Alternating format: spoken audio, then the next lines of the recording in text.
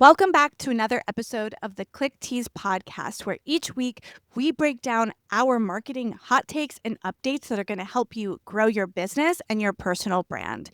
Today, we are diving in and talking about pumpkin spice and why it's something that marketing makes us want each and every year. We also break down psychographics and how to position your offers in a way that are really going to get attention and connect with your audience. Hi, my name is Joanna. I'm the co-founder of Millennial Marketer, an agency that helps creators build their own digital products, programs, and services. And I'm Michelle Poolani Houston, founder and visionary of To Be Honest Beverage Company. We're a non-alcoholic functional spirit brand, as well as business coach, mentor, and consultant to entrepreneurs looking to clarify their messaging and improve their marketing in digital spaces through personal development. Let's dive in.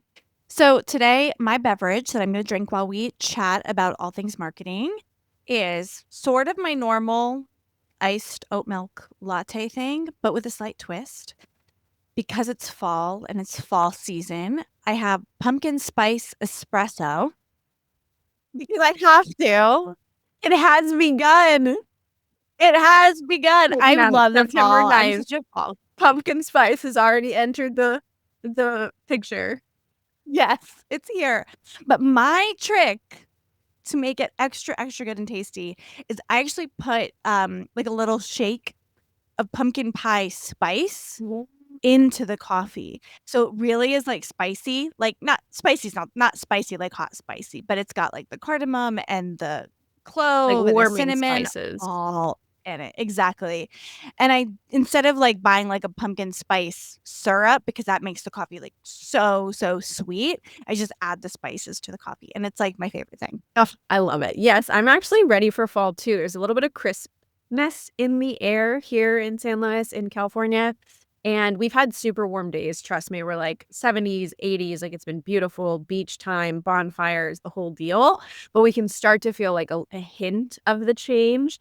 And I used to actually hate the change in seasons. Like I really suffered from seasonal affect disorder. And so heading into fall and especially winter was really hard for me when I was like beach, sun, warmth. Like that was where all my energy was. So I used to really struggle with that. But now I welcome it. And I've grown into really appreciating the change in colors and the difference in schedule and routines and rituals and, having different options. I'm not like a pumpkin spice latte person because I don't drink coffee, right? Yeah. But I do love. You could make pumpkin spice mushroom tea. Yeah, exactly. Oh, I should make that. Okay. I'll have to make that. Yeah. But any pumpkin spice like tea or chai option. And today I have a yerba mate latte. And so I've steamed some, let's see, I have soy milk and yerba mate for a little bit of natural caffeine kick and then honey. And so that's what I'm drinking today.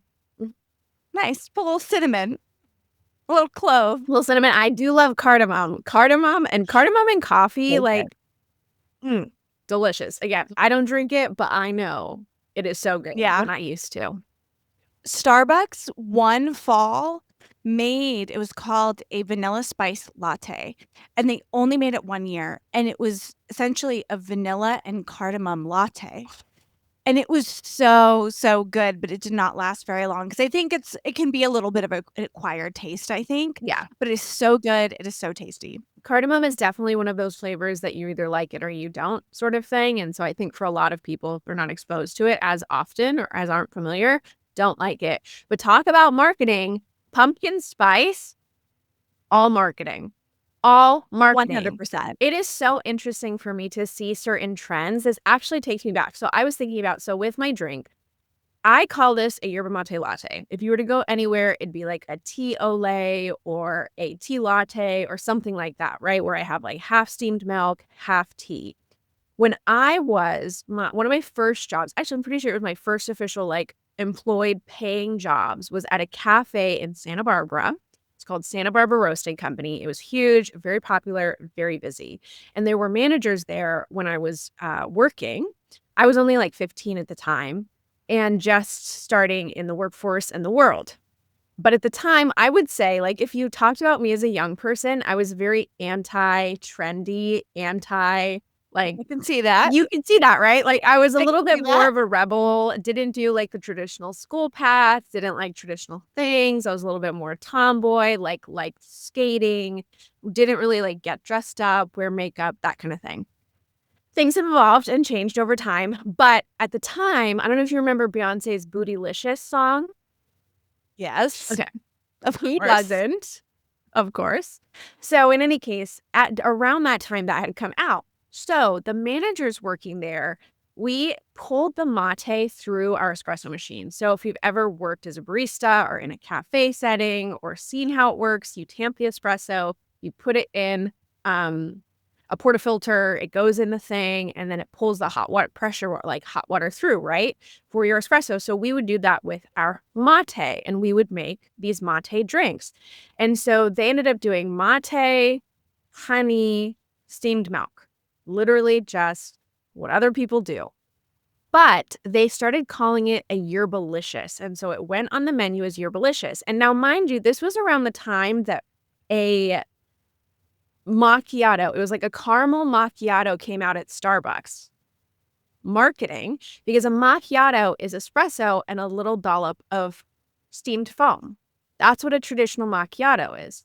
Now, the caramel macchiato from Starbucks is It's not a essentially, it's not macchiato. a freaking macchiato. And I will die on this hill because as someone who worked in coffee back in the day, 20 years ago at this point, I was so frustrated because we would have these people come in and they would order a macchiato, caramel macchiato, and without realizing it, we would make a normal macchiato because we hadn't had this discussion yet, didn't know Starbucks was marketing, which was basically like a caramel, either latte or like frothy drink, full drink. Or if it was blended as a caramel macchiato, it was like a frappuccino type deal, right? And so it caused these issues in our cafe because people were ordering caramel macchiatos. We would make them this tiny little cup of espresso with some actual caramel syrup and a dollop of foam. And they'd be like, what is this? And we're like, it's a caramel macchiato. And they're like, no, it's not. And so all of this, needless to say, with the Yerbalicious, the caramel macchiato, it is marketing. It is positioning. All of it, the popularity, the interest, the understanding, even the language. See, when you think about pumpkin spice, when you think about caramel macchiato, when you think about these things, it's all marketing and positioning. And it's so, so important to understand these things. If you're in business, if you're creating content, to be able to position things the way that you want people to interpret that. Because there are two different perspectives here. Your expression of something and their reception of something. And what happens in between is the communication. And I think where so many business owners get this wrong, and where I feel like I've gotten it wrong for years, is thinking that my perspective and the way that I express is what's going to be received. But the communication isn't happening because of the way in which I've positioned, I've marketed, I've presented something, and it's not being received in the way that it's meant to be. So, such a great learning lesson thinking about these trends that we see in our marketing that actually shape our culture, that shape our language, that shape the way that we see things. 100%. And I think something that I hear a lot of time from creators is, they'll come to me because they have like an issue with their marketing and they'll say, "Well, I can't get my product to sell. It won't sell." And they think their issue is a product problem. And they think, and sometimes it can be. I'm not saying it's never a product problem, but a lot of times it's a positioning and messaging problem. I know you've been talking a lot about this on your social media, Michelle, is that a lot of times you don't have to change the product. You have to change the positioning, the way you're selling it, and the sales tactic. One thing I've been thinking a lot about lately that I feel like I haven't used a lot of it in my marketing that I want to start using is the use of triggers. And actually, pumpkin spice is a great example of that because pumpkin spice is something that people associate with fall. That's a trigger, right? Mm-hmm. Fall comes along, something external that just happens to us makes us go, "Ooh, I want pumpkin spice." And that's because of the work of Starbucks and other coffee shops and other baked goods Candle shops. companies. So, yeah, at candle companies associating pumpkin spice and cinnamon and pumpkin with the fall. So now we have this external trigger that fall comes. We say, oh, I've got to go to Bath and Body Works to get that fall candle. I've got to go to Starbucks to get my pumpkin spice drink. I've got to go to my favorite little small bakery because they have the most delicious pumpkin scones, right? They've connected a product of theirs with an external cyclical trigger that promotes sales. So when you can do that, when you can take your product and associate it with something outside of your business and even outside of like your niche and connect what you're doing with those things, then people think, oh, it's fall, I need pumpkin spice or 100 other things. Oh, it's, maybe one thing I'm playing with language wise. What? One thing I'm playing with language wise with my products is having people associate us with when you that feeling when you like sit down at a computer and you're relieved when a client call cancels, right? Like, so every time you think of that, that's a sign that you need to scale with digital products, right? And if I can get that messaging out there, then now if someone sees that ad or sees that post and then they sit down and that happens to them because that happens to business. I mean, you're a business owner, I'm a business owner. Sometimes you're really happy when a client call cancels because you have time back in your day, right? So if you can associate that trigger, then every time that happens to someone, every time someone looks at their calendar and there's 7 too many calls, they're going to think about me and my products, programs, and services if I can get that trigger right. Absolutely. And when you think about marketing, and when I think about marketing, especially with content creation, you're thinking along the lines of your ideal client, your avatar, the customer that you're speaking to that you want to draw into one, your audience, and then, of course, your products, your programs, your offers, right? Through conversion. And so when you're thinking about how you're presenting your marketing, you're typically speaking to fears, desires, struggles, pain points, the transformation that they want at this time, the benefits and the outcome of whatever it is that you're selling.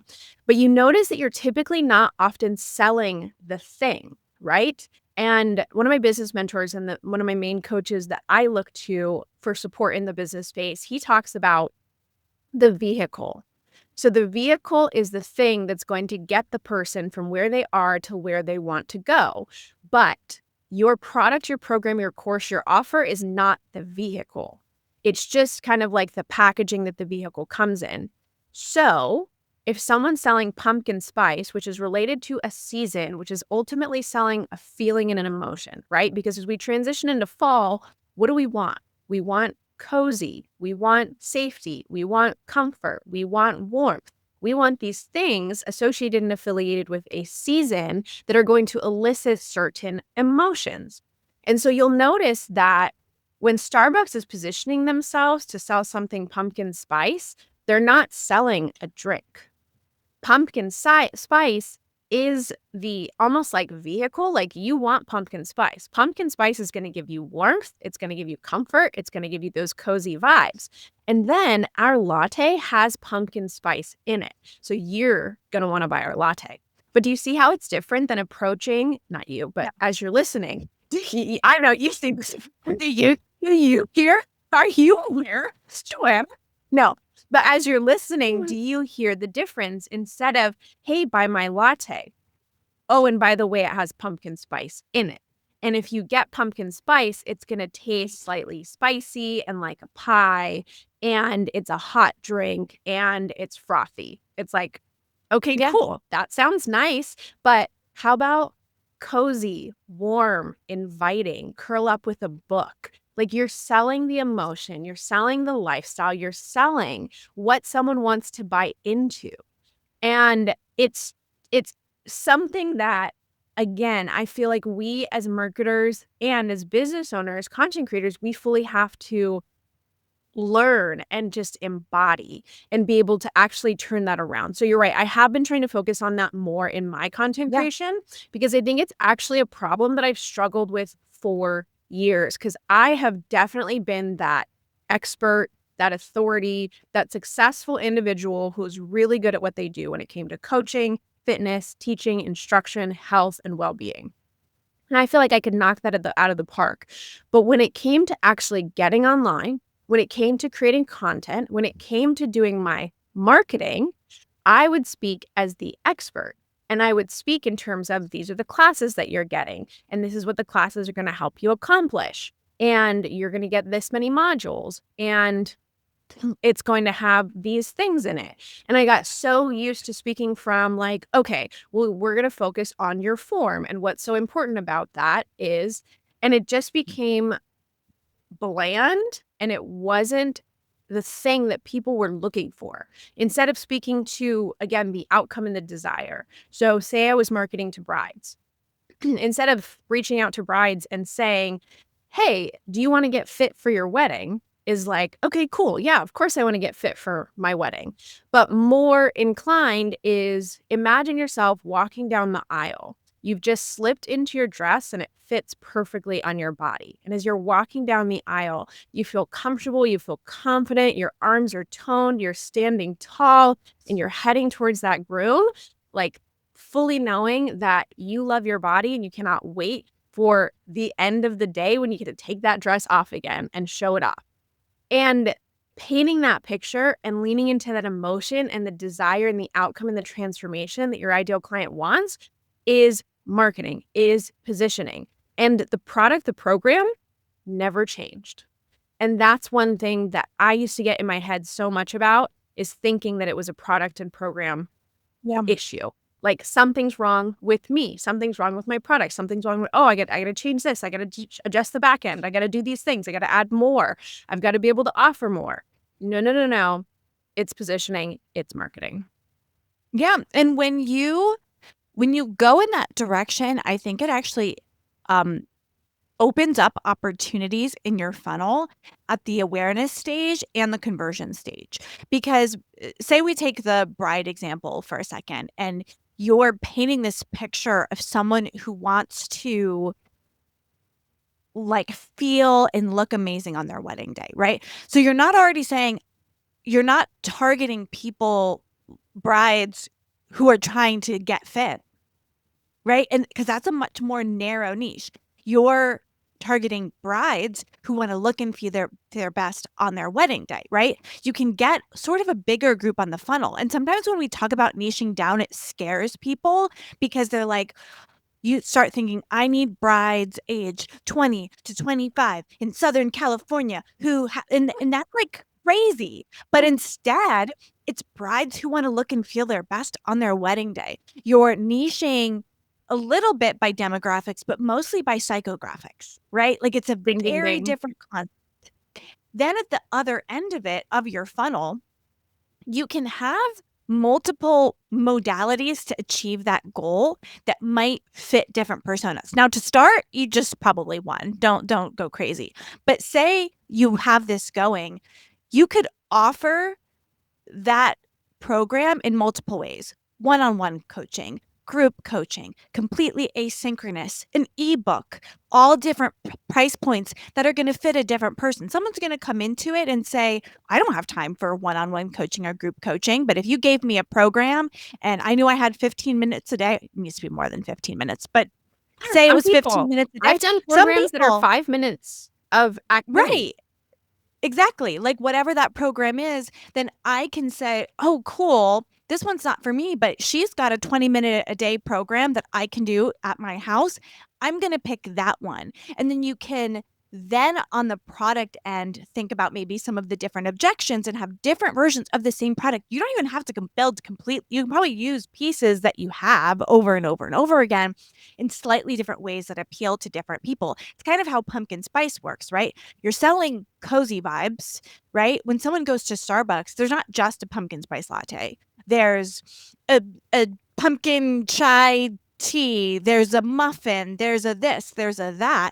And maybe you want to try it all, so you keep going back and buying it all. Or maybe you're not a coffee person, so the pumpkin ginger chai is the one for you, right? But you're selling the vibes and then getting the products. It's not here's the products to get the vibes. It's like the other way. Absolutely. This is one of the main things I actually wanted to chat about today is people so much focus. And I have to admit, like I've been doing this for a long time. I've listened to a lot of people. I've had a lot of mastermind groups and courses and like things like that. And so now when anyone's like, oh my God, I had the greatest idea for a product. I have the greatest idea for a program. I will admit I'm a little jaded. And I'm like, okay, cool. That's awesome. Like products, dime a dozen. Products, programs, dime a dozen.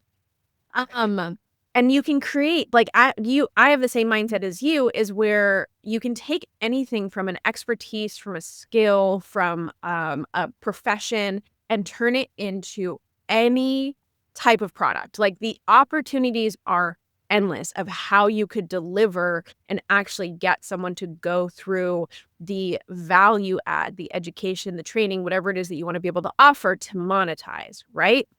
And so what I focus on now and what I try to help people and encourage people to see is how can you go from idea to sale as fast as possible? How can you have an MVP? And what that looks like is not taking 6 months to create the product, the program, the course, not taking a year to think through, should I do a membership? Should I offer 4 weeks? Should I do 6 weeks? Should I do a mastermind? What is the product program offer going to look like? It's important to consider, but it is so much more important to build the audience and the traction. And Joanna, for millennial, like you guys really typically work with people who have already traction and audience. And then you help and support them through the product and program creation, delivery, launch. And people get hung up on the actual thing, even in the physical product space. Like I see a lot of people go wrong by focusing so much on the product and optimizing the product, the thing, before they even build or traction a potential audience for the sale. And so as Yeah. quickly as you possibly can, start an Instagram account, start a TikTok, start creating content around the pain points, the struggles, the desires, the outcomes, the benefits, all of those things that your ideal client is looking for, and see if you can traction that first. That costs $0 and a little bit of your time and some market Yeah. research. And then once you have that, you can start to figure out what it is they want, how you can position it, and how you're going to launch, make it, do it, whatever. But so many people think the product is the crux. And I get it when you're like, if you're in the tech space, if you're in the apps development space, if you're in like something that does require a lot of product development research, let's say you're in the pharmaceutical space and you have years of actually developing something, that's a very different situation. Obviously, we're speaking more to your personal brand, to maybe your e-commerce product or anything else. But even still, a lot of those companies are working off of data points, knowing the Yeah. struggles or pain points that other people have experienced, or identifying themselves, right? If you're a software developer, you've been in the software space for 20 years, you notice that this is a gap in the market, and then you go off and launch your own thing, right? Different approach, different situation. But I think it's so important for us to establish the audience first as much as humanly possible.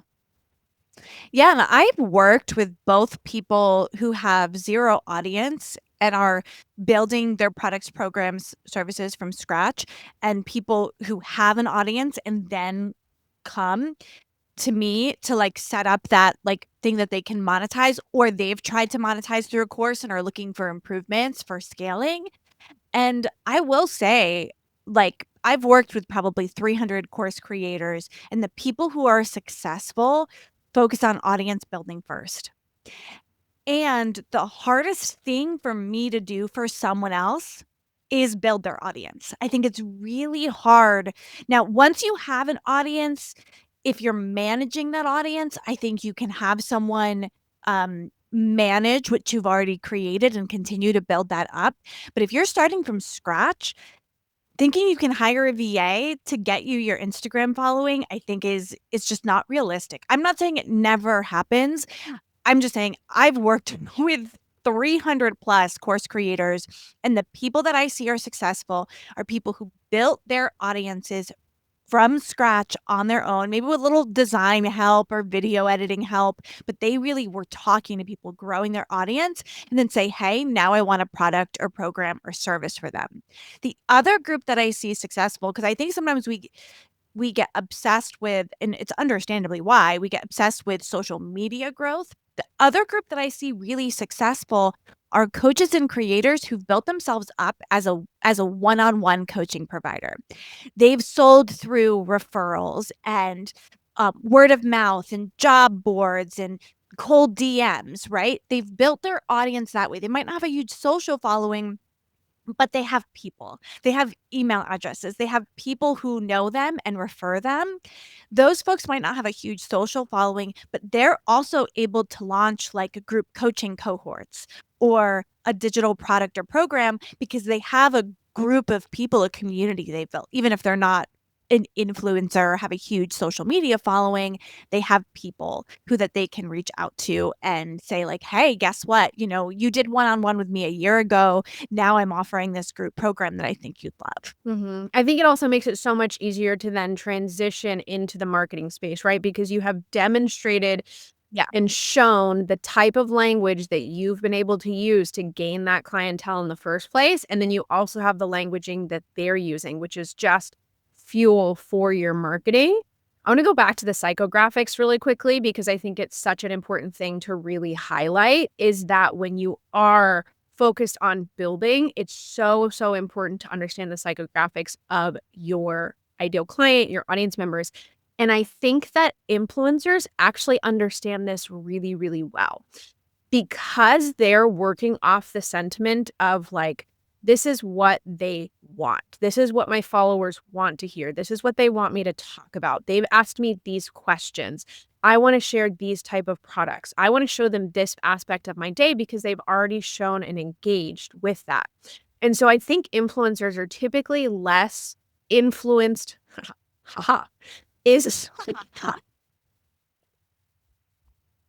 You're very punny today, Michelle. Just let it all come out.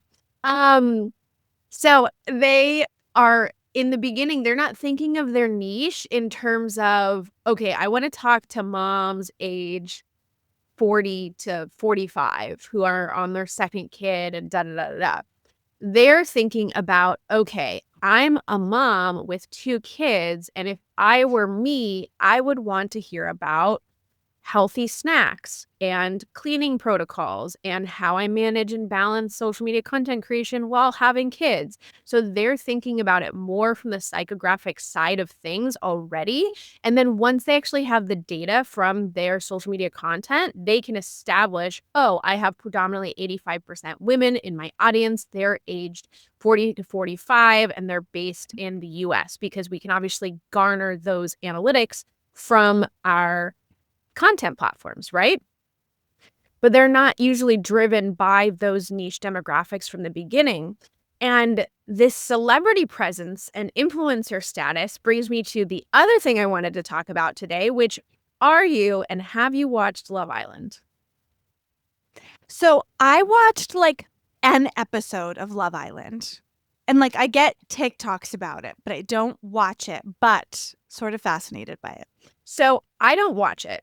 No judgment for anyone who does. I have just never been a reality TV person.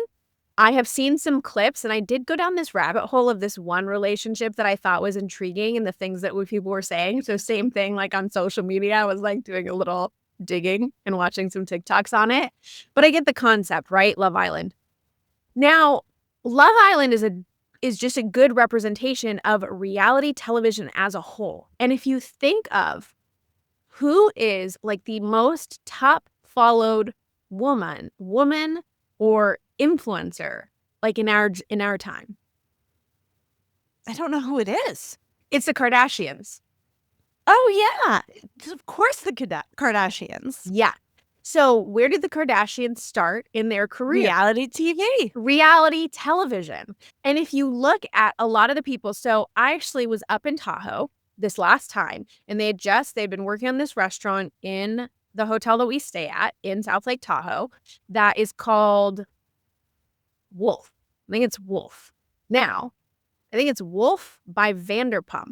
Do you know who Vanderpump Rules? I've never seen that show either, but that's a show. Okay. That's a reality show. So this woman created her entire persona, fame, success, financial wealth off of reality television and then spun that into a liquor brand and then spun that into these restaurants and spun it into XXXX.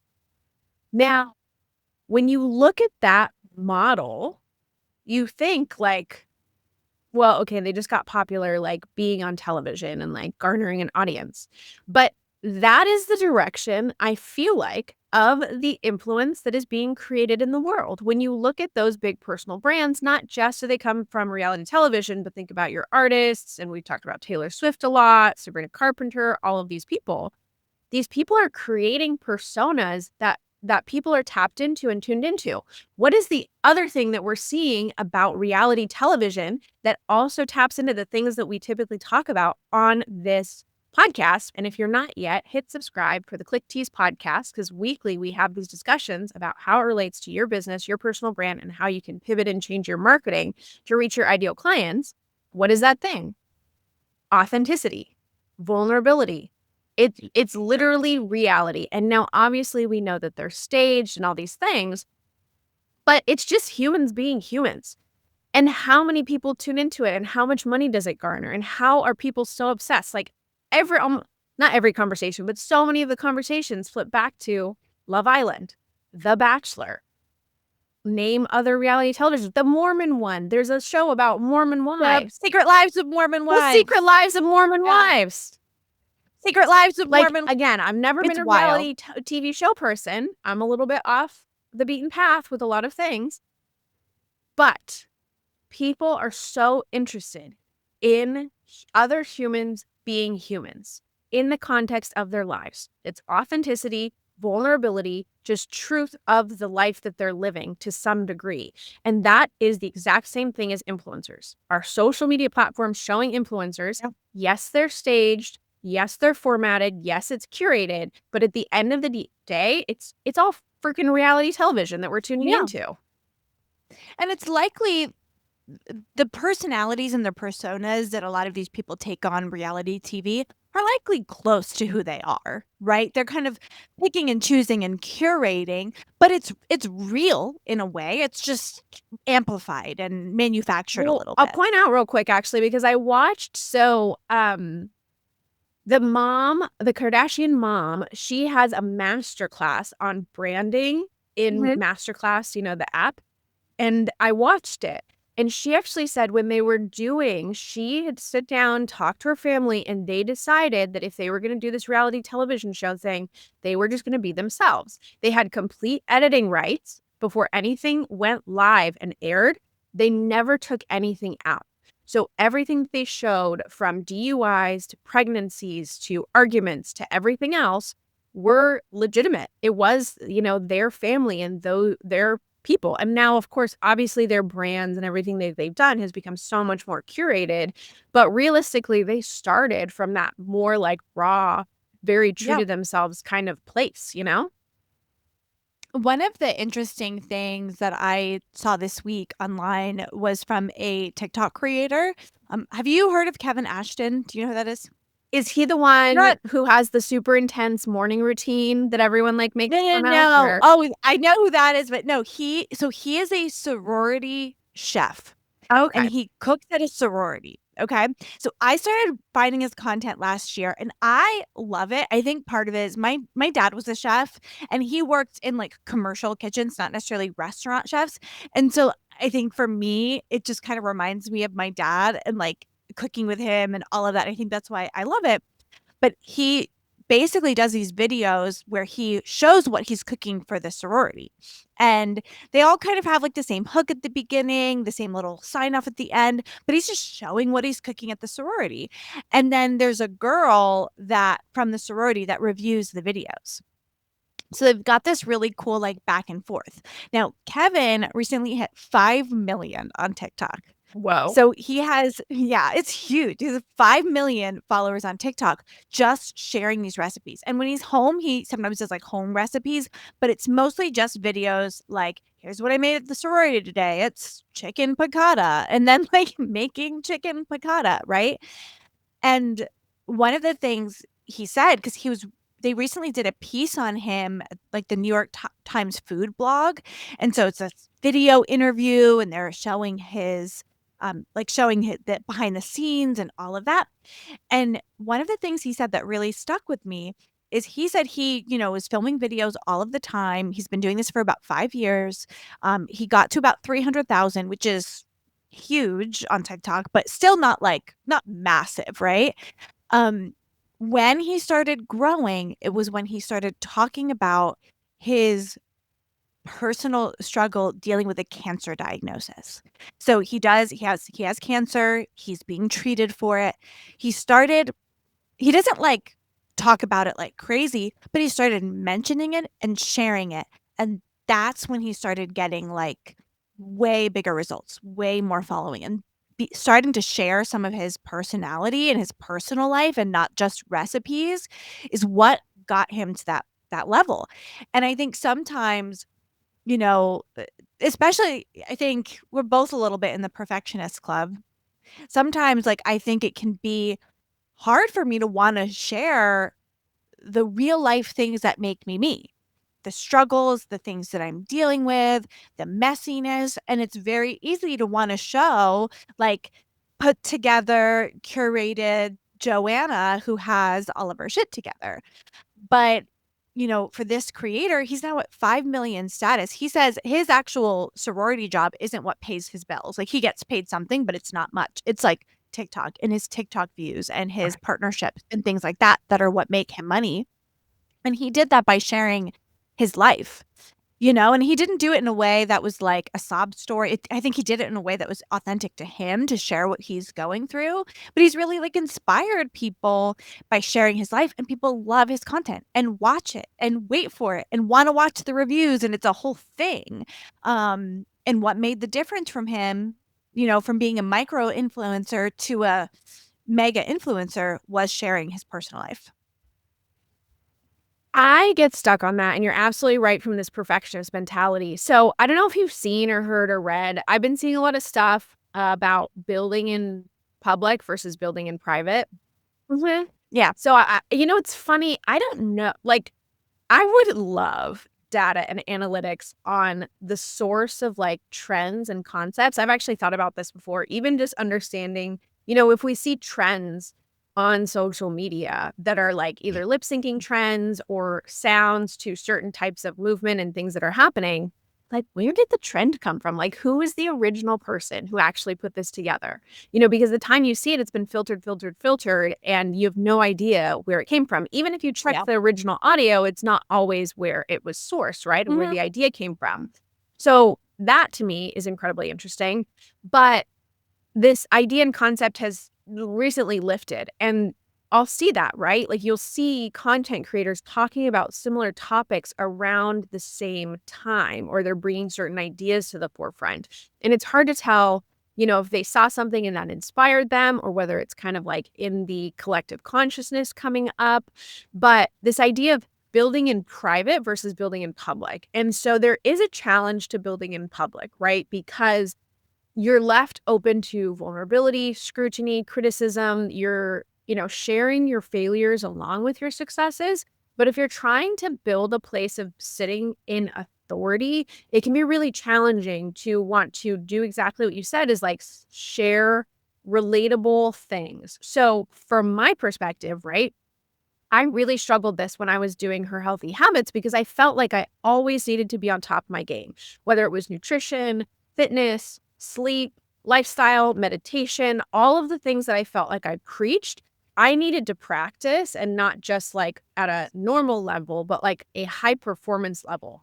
And then when I feel like I didn't, I felt guilty and shameful, which is funny because, of course, what I was preaching was to acknowledge that if something doesn't go to plan, you don't actually fulfill the habit. That's okay. It's more important that you just get back to it. Like you shouldn't feel the shame and guilt, embarrassment. But I was doing the exact opposite of obviously what I was teaching.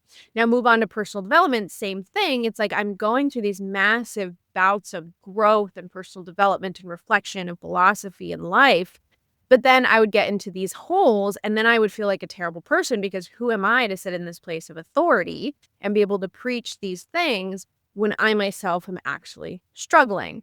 Same thing with marketing and business. It can feel really daunting to have to pitch. You and I have talked about this a lot, is when you're on sales calls, and I know that you're at a different place confidence wise, but in the past, it's like no matter how much you've demonstrated Yeah. success for yourself, no matter how much you've demonstrated success with clients, no matter how much you've been able to do and share, it feels like, who am I to be doing this? Like, who am I to be sharing this? Can I actually teach? Am I an authority? Am I an expert? And so I know that I have struggled with that to a big degree. And then also deciding, what do I share on social media? How candid should I be? How should I present myself online? Should I always be, put together, especially for women, like makeup, hair, everything good to go? I know there are a lot of people who have different versions of themselves that they present at different times, but are those just the influencers and content creators? And then are those not like the coaches and the experts and the creators? So I think there's a lot of confusion when it comes to those things. Is, where do we sit? Where do we land? How much Yeah. do we share? And how do we present ourselves for our personal brand, being professional, but also being candid? Yeah. And I think one of the things, and this is something I've really been digging into this year for myself with my content and figuring out how to do that because I think we've talked about this before in the podcast, but like I feel like when I get someone one-on-one and I'm working with them, they have so much, or even like on a discovery call, so much trust for me, want to work with me, all of that. But when I can't infuse that into my content, like I struggle with that.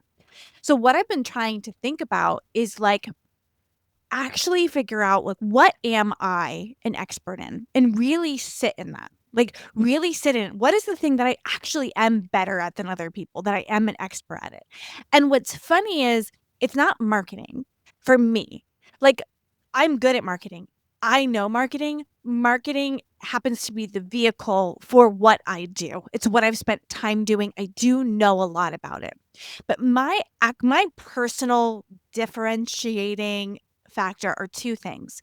It's systems and creating systems to get shit done, and it's being able to figure things out. Like, I don't know anyone who knows how to figure out things better than me. I'm sure they exist. But like I could figure out just about anything, right? I happen to be in marketing. I could do that in probably a lot of different areas in my life. And so if I boil down and start to actually think, what am I an expert in? And then how do I show that in my content? And I was actually thinking about this week. I have two clients who are launching right now. We're like mid-launch. We're the pre-launch phase, which means they're running some events and we're trying to get as many people to them as possible. And I was helping someone with something in ManyChat. And I'm poking around ManyChat and I found this feature I never even knew was in ManyChat, right? Old me would have been so embarrassed that there was something in ManyChat I didn't know about. Right? Like, I would have almost been so embarrassed I didn't know about it and think of it in advance that I would have never told my client it existed. Because I would have been like, how did I not know this? Right? New me just says, oh my gosh, I was clicking around ManyChat and I found this thing you could use. Let me see if I can set it up. And I showed them and set it up with them. Right? Because I saw it, I was like, I know we can use this feature. And what this feature is, as a side note, for anyone who has ManyChat, I had no idea you could do this. ManyChat is known as being like the comment to DM automation where you can say, comment flow, send this. You can actually make sequences in ManyChat that you can blast out to anyone who's a contact on your list, like an email sequence. Mind blown, because I'm looking, I'm like, what is this thing? Maybe it's new. I don't know. I'm like, what is this thing? And I start poking around, which is going to totally maximize their launches if they can just send a DM.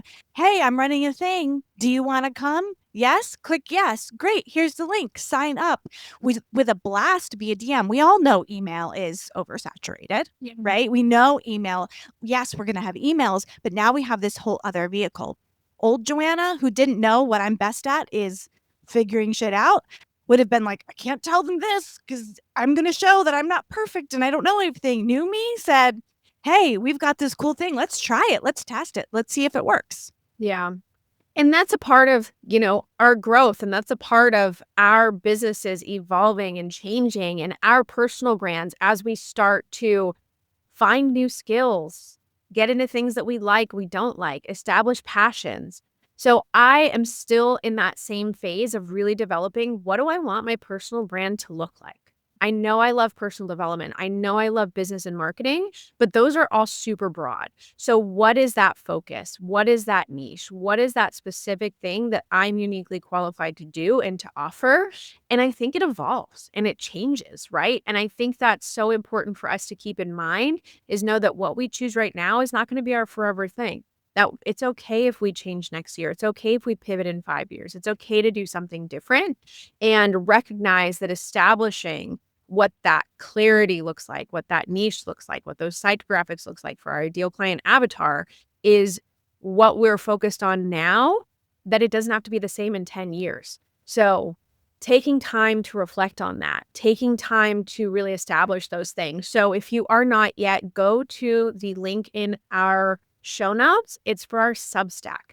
Every single week, we have these same discussions about what's happening, what's relevant, what pop culture is talking about, but how it relates to you, your business, your brand, and your marketing overall.